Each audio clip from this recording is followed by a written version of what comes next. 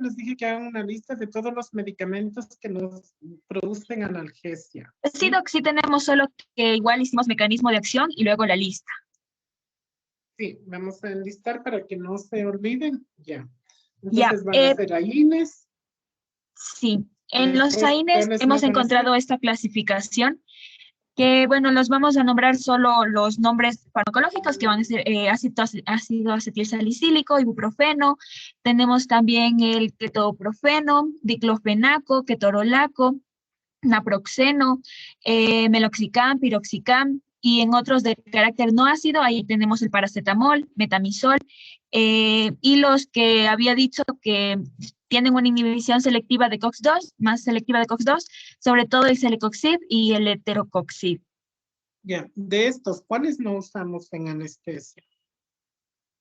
Para la... ¿Cuáles no usaríamos? Porque estamos diciendo lo de la anestesia, ¿no? No en general.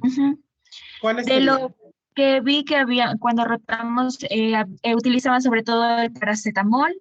¿Cuáles no usaríamos? No No dije cuáles usaríamos. usamos, sino cuáles no usaríamos. El ácido acetilsalicílico, por ejemplo, los de carácter ácido.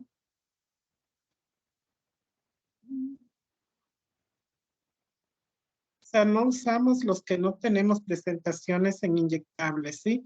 Porque nosotros no usamos la vía oral, ¿sí?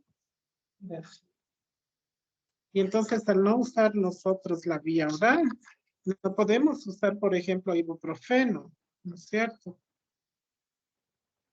Sí, no usamos el meloxicam tampoco. De ese tipo, ¿sí? Nos quedaría claro porque estamos con un paciente que está sometido a un proceso anestésico quirúrgico y este paciente pues va a utilizar todo por la vía intravenosa. ¿De acuerdo? Entonces, solamente pondríamos los que nosotros podemos usar, que les dije dentro de los objetivos de la anestesia, y estos son AINES, son opioides. De los opioides, ¿cuáles nomás usaríamos? Ya nos decía que principalmente vamos a utilizar remifentanilo, fentanilo y el fentanilo. También tenemos morfina, ¿no es cierto? Sí, también por aquí hablaba de la morfina. Tenemos los opioides débiles. ¿Cuáles son los opioides débiles? Estos son opioides potentes, ¿no es cierto? Todos los que son por arriba de la morfina son más potentes que morfina. Pero hay opioides débiles también, ¿como cuáles? Como la codeína, el tramadol, el tapentadol eran de El los... dextroproporcioneno es... Débil también. Débiles, ¿no? Ajá, El también. tapentadol tiene otro, ajá. Ya. Bien, ¿cuáles más? Analgésicos. Muy bien. Tenemos... ya. De los opioides hemos hecho una clasificación, ¿no es cierto? De agonistas puros, agonistas parciales, agonistas antagonistas y antagonistas. ¿Eso es? ¿Qué hemos hecho? ¿Sí? En la clasificación. Sí, Doc. Sí, Doc. Así está la clasificación. Ya. ¿Cuáles son agonistas puros?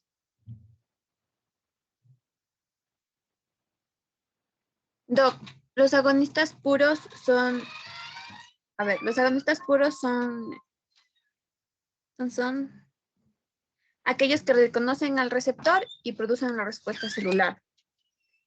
Luego tenemos los parciales, son los que reconocen al receptor. Pero ¿cuáles ¿Cuáles fármacos? Doc, tenemos por ejemplo... son? O sea, los vamos a nombrar, ¿no? Los agonistas morfina, puros, tenemos, fentanilo, esos dos. Morfina, fentanilo, codeína, por ejemplo. Meperidina también, sí, puede ser. No veo. Entonces, estos van a actuar sobre los receptores Mu y van a ser agonistas para ese tipo de receptores Mu, es decir, van a producir analgesia, porque están actuando sobre el receptor Mu. Y el gol estándar de todos ellos, ¿cuál es? O la referencia. La morfina.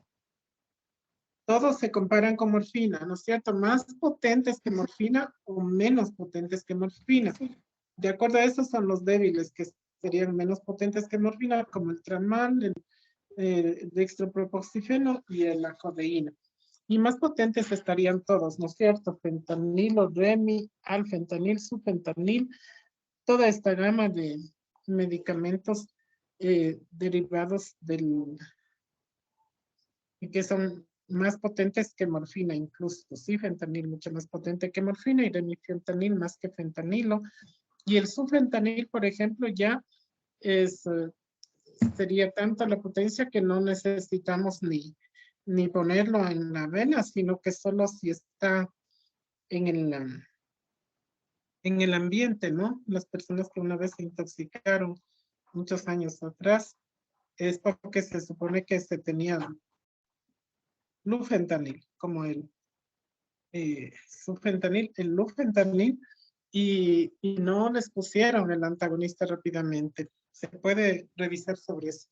Entonces son receptores o agonistas puros. Vamos con los parciales. Agonistas parciales. Ya, agonistas parciales tenemos, como por ejemplo la buprenorfina, desocicina, metamizol, y estos son los que...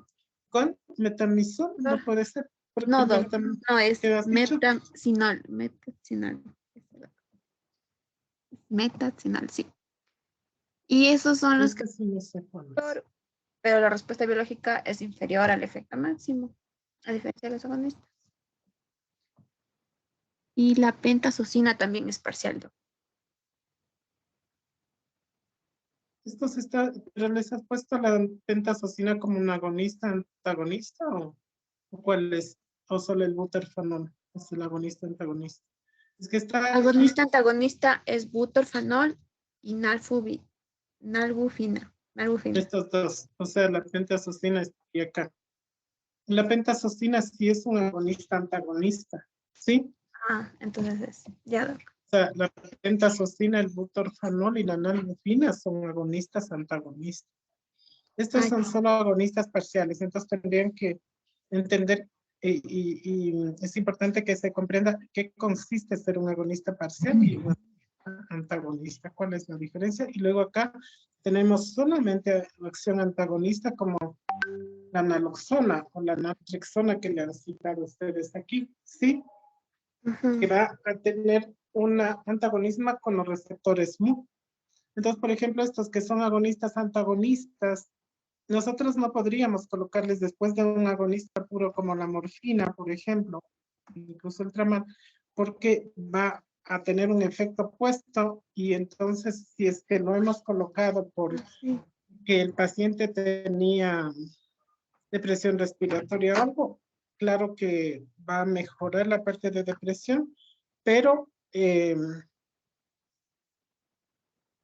no va a quitarse la analgesia si ponemos un antagonista, pero si este en cambio es antagonista y agonista, si ponemos este, el mismo se va a compensar, a hacerse antagonista cuando hubiera una depresión, pero si es que hay depresión no tenemos antagonista para revertirlo, porque este mismo es agonista antagonista, ¿de acuerdo? Sigamos. ¿Cuál más? Y el antagonista, que es el naloxona y el naltrexona. ¿Cuáles más analgésicos? ¿Qué otros medicamentos nos pueden dar analgesia? A ver, también, a ver, estamos opiáceos ahí. También tenemos, por ejemplo, el paracetamol, que ya son analgésicos. Que están un poco dentro de los analgésicos y estarían no como AINES puros, sino que son analgésicos. El paracetamol tiene algunas características y hay que estudiarlo por separado y aparte, ¿no? Sí tiene acción analgésica, menos potente que menos que la acción de los AINE, ¿verdad? Por eso es importante poder darlo combinado y se potenciaría. ¿Qué más? ¿Cuál más? Recording in progress. Esos dos, paracetamol, AINES, opiáceos. Bueno, vamos a dar la oportunidad a los otros. Tendríamos que decir que más analgésicos son mismos los anestésicos locales, tienen una gran, clara acción analgésica, por supuesto que sí. Si tiene acción anestésica, ¿cómo no va a tener una acción analgésica? Todos los anestésicos locales, tanto que hay dosis anestésicas y analgésicas de los anestésicos locales, ¿no es cierto? Están hipnóticos como la ketamina, que también tienen una acción analgésica, y estarían otros que pueden ayudar con la analgesia, cuáles son como coadyuvantes, los corticoides, los antagonistas o anticonvulsivantes, etcétera. Todos estos medicamentos también van a ayudar con esto. Podemos pasar al otro tema de los hipnóticos, ¿sí? No vamos a avanzar, solo vamos a enumerar todos, porque no vamos a avanzar a hablar de cada uno. Tenemos en el capítulo, en la unidad 2, que vamos a hablar de cada uno de los hipnóticos. Solo los vamos a nombrar, ¿ya? ¿Están de acuerdo? Vamos con los hipnóticos. Los hipnóticos para que así sepamos cuando estamos en el quirófano, ¿no? ¿Qué acción tiene? Tiene una acción hipnótica, este otro tiene una acción analgésica, ¿no? El otro es relajante. Entonces, los anestésicos locales sí tienen acción hipnótica, es decir, anestésica, pero también acción analgésica, por supuesto. Ya. Fármacos hipnóticos. Ya, Doc. Nosotros, Nesis. bueno, encontramos que se pueden clasificar como hipnóticos sedantes. Entonces, la capacidad de los fármacos sedantes van a ser porque esos van a tener capacidad para calmar o reducir la ansiedad. Y la parte hipnótica tiene relación con la capacidad de inducir somnolencia. Entonces, aquí pusimos los fármacos más usados en anestesia, que les vamos a decir, pero los principales grupos son las benzodiazepinas, los barbitúricos, los antihistamínicos, que estos se utilizan mucho menos en anestesia, no benzodiazepínicos ni antihistamínicos, y también un anestésico general que teníamos una duda. Entonces, por ejemplo, de las benzodiazepinas, las que más se utilizan en analgesia son los que encontramos en anestesia. Sí se puede utilizar el prazolam, el clonazepam, el diazepam, el midazolam. Esos son los principales que se podrían utilizar. De los barbitúricos, sobre todo es el fenobarbital. Y bueno, de aquí lo que les dije, los antihistamínicos no encontramos en realidad que se utilizaban mucho. Y también tenemos esta clasificación del anestésico general que encontramos que sí tiene capacidades hipnóticas, que es el propofol, que es uno de los principales anestésicos generales que se utilizan para la anestesia. Subirle la presión, necesito bajarle la presión, qué sé yo, necesito. Hay de dos tipos, ¿verdad? Los de tipo inhalado, porque se inhalan por la vía respiratoria, y los de tipo intravenoso. Dentro de los de tipo intravenoso ya tenemos hipnóticos como el propofol, como lo han mencionado. Después está también el etomidato, el tiopental. Entre los barbitúricos, el más usado para anestesia es el tiopental. Hace tiempo que no lo tenemos, pero es dentro de los hipnóticos, la ketamina, y básicamente serían los cuatro, ¿sí? Y los otros que no son intravenosos y que son inhalados, perdón. ¿Sí? Cuando hablemos de anestesia general, pues vamos a hablar mucho más de los hipnóticos, pero los de uso al momento, el desflorane, porque no podemos desconocer que hay hipnóticos de acción inhalada, de forma inhalada, y los otros que son intravenosos. Y por supuesto, los que producen amnesia son las benzodiazepinas.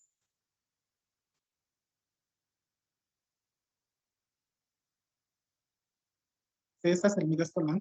¿Qué más? Creo que terminaríamos ahí, Sí, ¿cierto? Vamos con los relajantes neuromusculares. Ya, Doc, yo les comparto. Ujú.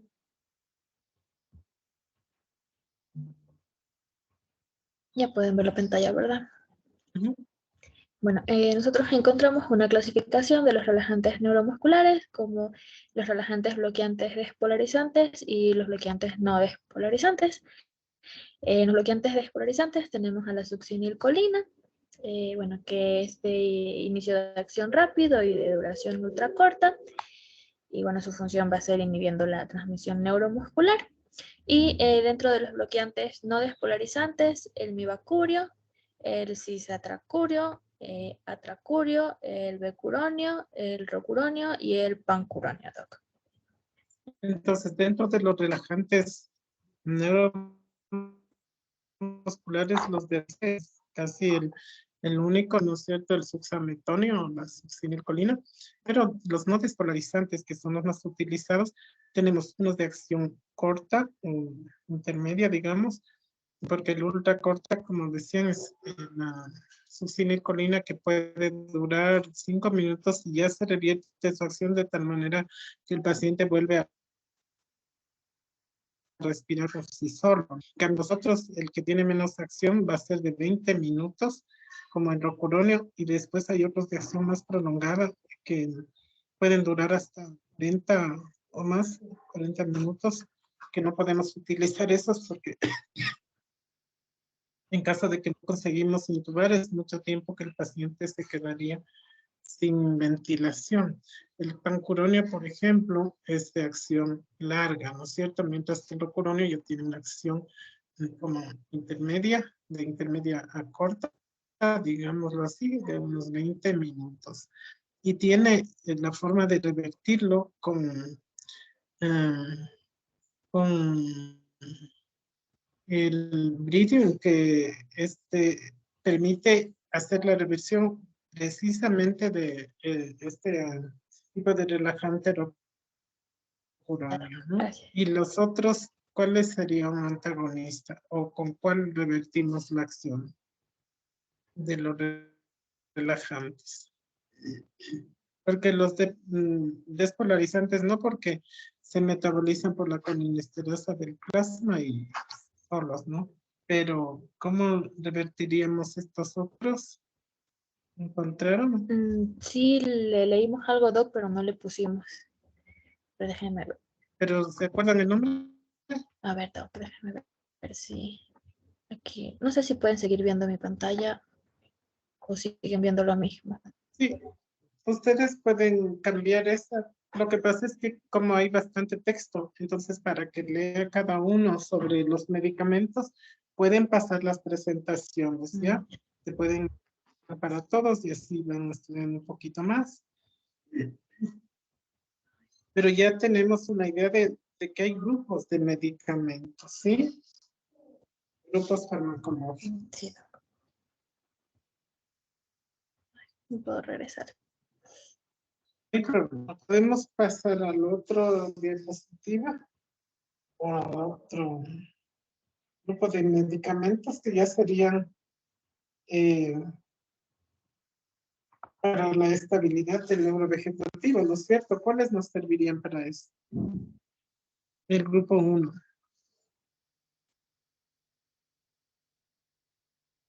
Ya le comparto. Ya le compartimos aquí un momento. Me Ujú. avisan cuando vean la pantalla, ¿ya?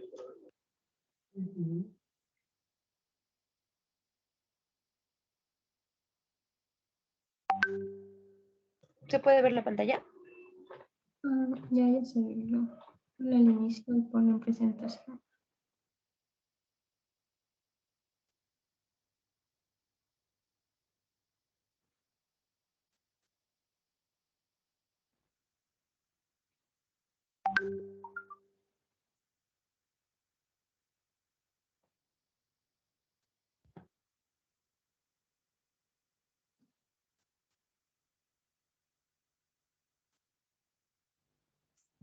Ya pues salí.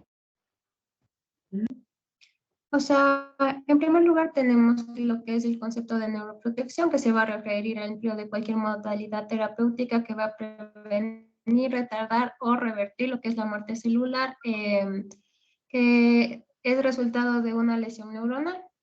Entonces, bueno, hay que también saber que esto también se utiliza para referirse a la respuesta de esta autoprotección misma del organismo que tiene contra este tipo de fenómenos. Pásenle ahorita. Entonces vamos a tener los objetivos de la protección cerebral, que va a ser la profilaxis, prevención y anticipación de un evento isquémico, tanto en una cirugía cardíaca o en neurocirugía, en cualquier cirugía. Y también cuando se quiere evitar la pérdida neuronal focalizada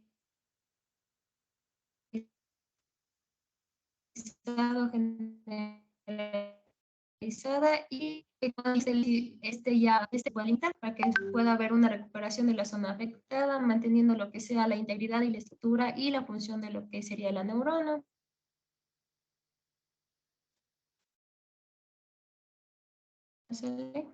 Tenemos que decir ya los fármacos. Bueno, hay que tomar en cuenta que las acciones de protección neurovegetativa, tanto nuestro organismo como los fármacos los van a cumplir. Entonces, cuando hablemos farmacológicamente, los efectos farmacológicos, protección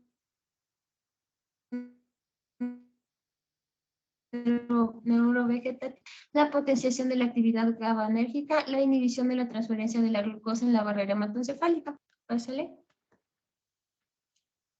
Entonces vamos a tener distintos fármacos que nos van a ayudar a una protección neurovegetativa, como son la lidocaína, la difenilhidratoína, el magnesio, los bloqueadores de los canales de calcio, el isoflurano y los esteroides. Pásale. Entonces hemos puesto aquí de cada fármaco el mecanismo de acción, como por ejemplo la lidocaína, reduce el flujo iónico a través de los canales de sodio voltaje dependientes y disminuye la reactividad de los receptores NMDA. Aquí también le pusimos las dosis, pásale. Tenemos la difenilhidratoína, que este se caracteriza por ser un estabilizador de membrana, lo que hace que evite las descargas eléctricas corticales, evitando el consumo aumentado del oxígeno por el cerebro. Entonces, otro mecanismo de acción de es que atenúa el acúmulo de ácidos grasos libres y por lo que evita la liberación de lo que es el ácido araquidónico, la producción de endopeptidasas, las prostaglandinas y los radicales libres que van a producir daños en las neuronas. También pusimos la dosis. Pásale. Tenemos la dexametasona en la parte de los esteroides. Este es un antiinflamatorio e inmunosupresor. Va a disminuir la vasodilatación, disminuir la permeabilidad capilar y la migración de los leucocitos a los focos inflamatorios. ¿Pásale? O sea, es un antiinflamatorio. Tenemos igual atropina, que esta va a tener sus efectos en aumentar la frecuencia cardíaca, disminuir las secreciones de las glándulas exócrinas, disminuir el tono y la motilidad de los músculos lisos, o sea, puede disminuir la urgencia urinaria en la cistitis, también disminuye la hiperactividad colinérgica en el sistema nervioso central. Y unos efectos que causa la atropina es tener midriasis y ciclopegía. Y los usos de la atropina va a ser que se puede utilizar antes de la intubación para disminuir lo que son las secreciones salivales, respiratorias y gástricas. Pásale.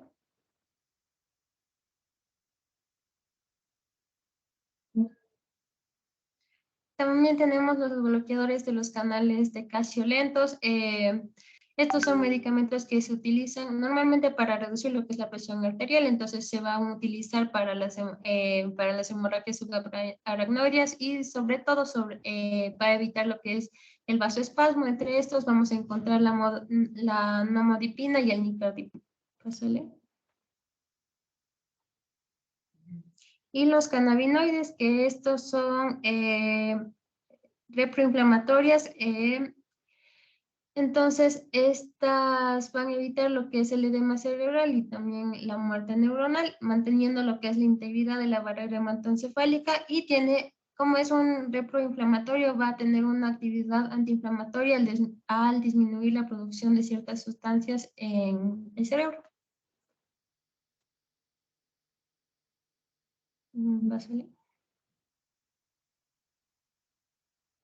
Y eso sería todo. Entonces, aquellos medicamentos que nos van a ayudar con la protección del neurovegetativo es pues esto que acabamos de decir. Si por alguna razón el hay un medicamento o una alteración con baja de presión o lo que fuera por efectos colaterales de los otros medicamentos o mismo anestésicos, entonces tenemos que dar uno que mejore esa, ¿no? Si hay bradicardia, pues aumentamos la frecuencia cardíaca como con esto, o si es un shock demasiado grande de hipotensión y todo lo demás, y a lo mejor nos toca usar inotrópicos, ¿no? O sea, medicamentos de tipo adrenalina, etcétera. Entonces, todo esto nosotros estamos protegiendo porque cumpliendo con los objetivos que nosotros tenemos. O sea, si una persona está anestesiada solamente con analgesia y no tiene hipnosis, como les decía, esto es una anestesia incompleta porque la paciente está recordando y está a lo mejor bloqueada, ¿no es cierto?, con un relajante neuromuscular que le impide moverse, incluso hablar porque tiene un tubo, pero está escuchando toda la conversación. Muchos de los juicios en otros niveles y todo, Estados Unidos, el Reino Unido, etcétera, son porque la paciente dice, escuché la conversación. Hay algunos tipos de cirugías y entidades fisiológicas o nosológicas que pueden facilitar para el despertar intraoperatorio para que haya conciencia. Entonces, por ejemplo, pacientes embarazadas que se someten a una cesárea, por ejemplo, es mayor el riesgo de tener conciencia en la anestesia, porque las dosis que se usan en embarazadas para mientras sale el feto son dosis bajas, ¿no? A veces son subclínicas con el objeto de inducir la hipnosis, de intubar al paciente, de que pueda salir el niño con lo menos efectos porque traspasan la barrera. Entonces, como este grupo, hay otros grupos que pueden también tener este tipo de situaciones. O sea que pueden este grupo revisar las cosas de despertar intraoperatorio, ¿no? Para complementar. ¿Qué pacientes tienen más riesgo de tener conciencia en la anestesia? Estamos hablando de la anestesia general, porque claro, la anestesia regional, de hecho el paciente está despierto, no le hemos dormido, hemos puesto un bloqueo a nivel lumbar y toda la región del ombligo hacia abajo va a estar insensible con bloqueo motor hasta que se revierta la acción del anestésico local y se le puede colocar una sedación si queremos, por ejemplo una benzodiazepina o algo, pero el paciente no está dormido. Entonces no hablamos de despertar intraoperatorio porque no lo hemos dormido. Es los pacientes que están intubados, que están con anestesia general, que podemos hablar de conciencia en el momento del proceso anestésico quirúrgico o de un despertar intraoperatorio si se vuelve a despertar. Esto causa muchos traumas en el paciente muy graves, entonces tendríamos que mantener unos niveles adecuados para evitar esto porque no tenemos de hoy por hoy otra vez en el hospital después de COVID un monitor para el estado de conciencia, ¿no? De este momento. Y de esto hablaremos, ¿no? De los monitores y de todo eso cuando hablemos de la anestesia general.